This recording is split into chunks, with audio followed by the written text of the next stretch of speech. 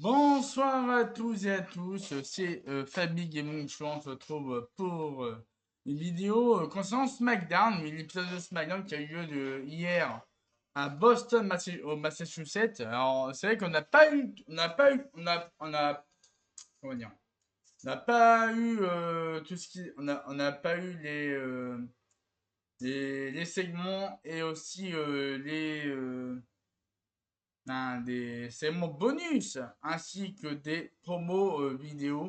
Alors, c'est vrai que l'épisode de SmackDown c'était assez rempli, mais on n'a pas tout vu en fait. On n'a pas tout vu dans l'épisode de SmackDown sur Netflix. On n'a pas tout vu, donc là je vais vous mettre toutes les choses qu'on a, toutes les segments et aussi les promos qu'on a eu mais ça, c'était sur les réseaux sociaux de la WWE. C'était pas sur Netflix, hein. C'était sur les réseaux sociaux. C'est pas sur la WWE. Non, c'est sur les réseaux sociaux de la WWE. Donc Facebook, Instagram. Euh, mais aussi sur X, évidemment, sur X, Twitter.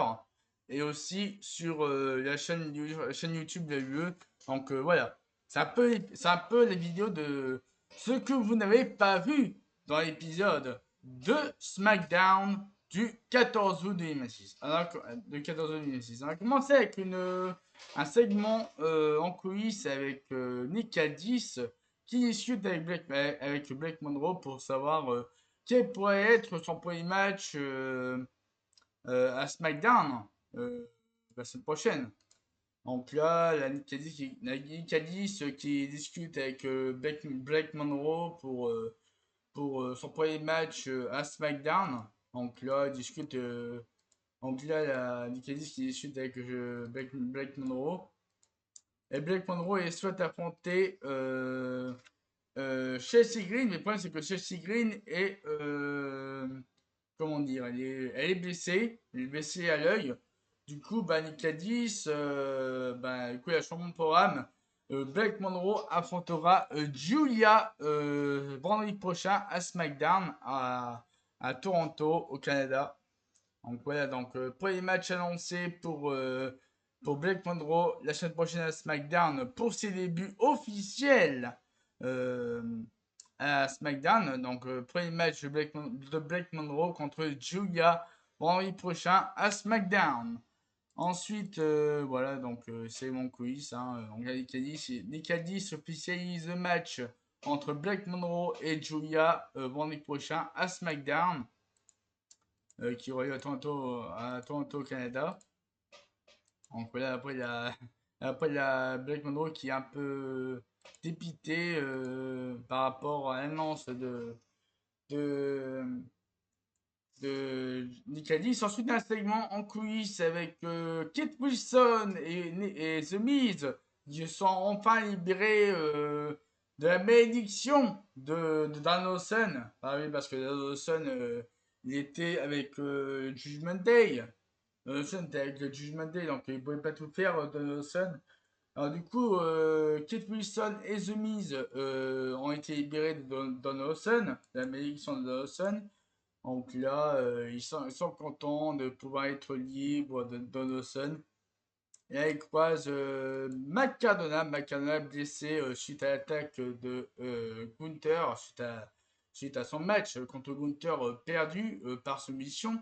On a Kate Wilson et The Miz, ils se moquent de Matt Cardona. Ensuite, Matt Cardona arrive pour confronter, pour faire un face-à-face face à The Miz, aussi Kate Wilson. Donc voilà, face à face tendu entre McCardona et The Miz. Peut-être un nouveau match annoncé la semaine prochaine à SmackDown entre McCardona et The Miz, on ne sait pas. Peut-être, on verra bien. Donc voilà, The Miz, voilà. Donc tu sais mon quiz avec The Miz et McCardona. Ensuite, il y a eu Fraxium en quiz. Fraxium en quiz pour un segment avec Ricky Saints qui allait dans le bureau de Nick Aldis pour demander un match, pour demander une faveur ou je sais pas quoi. Donc là, il y a Ricky Saints qui discute avec Fraxium, donc oui, ils sont voilà, en train de discuter avec eux. Donc voilà. Donc voilà, la discussion Ricky Saints et Faxium avant que Ricky Saints aille dans le bureau de Nick Aldis. Donc peut-être un nouveau match annoncé cette prochaine, peut-être Ricky Saints contre Axiom ou Nathan Fraser vendredi prochain à SmackDown, on ne sait pas encore. Du coup, bah, Ricky Saints est dans le bureau de Nick Aldis et du coup, bah, Axiom ont continué leur segment à discuter entre eux. Ensuite, ah oui, Shinsuke Nakamura. Oh, bah oui, Shinsuke Nakamura qui félicite la MFT qui sont les nouveaux champions par équipe de la WWE. Donc là, il y a Shinsuke Nakamura qui les félicite. Et là, donc là, il y aura un message au MFT en disant qu'il va avoir un partenaire avec lui. Et ce partenaire, il est là. Mais c'est qui? Mais qui ça peut bien être, partenaire de Shinsuke Nakamura? Mystère. Bah c'est vrai qu'il y avait plusieurs spéculations qui circulent sur Internet, tout ça, par rapport au fait que ce serait Hiromu Tanahashi de la NGPW, la New Japan Pro Wrestling, qui pourrait faire ses débuts prochainement. Donc il y a des fortes chances que ce soit lui, mais pour le moment, on ne sait vraiment pas qui est cette personne, mais c'est le mystère le plus total que la UE souhaite conserver jusqu'à ses débuts. Donc, j'espère que les spéculations des fans de l'UE vont s'avérer vraies concernant Hiromu Tanahashi.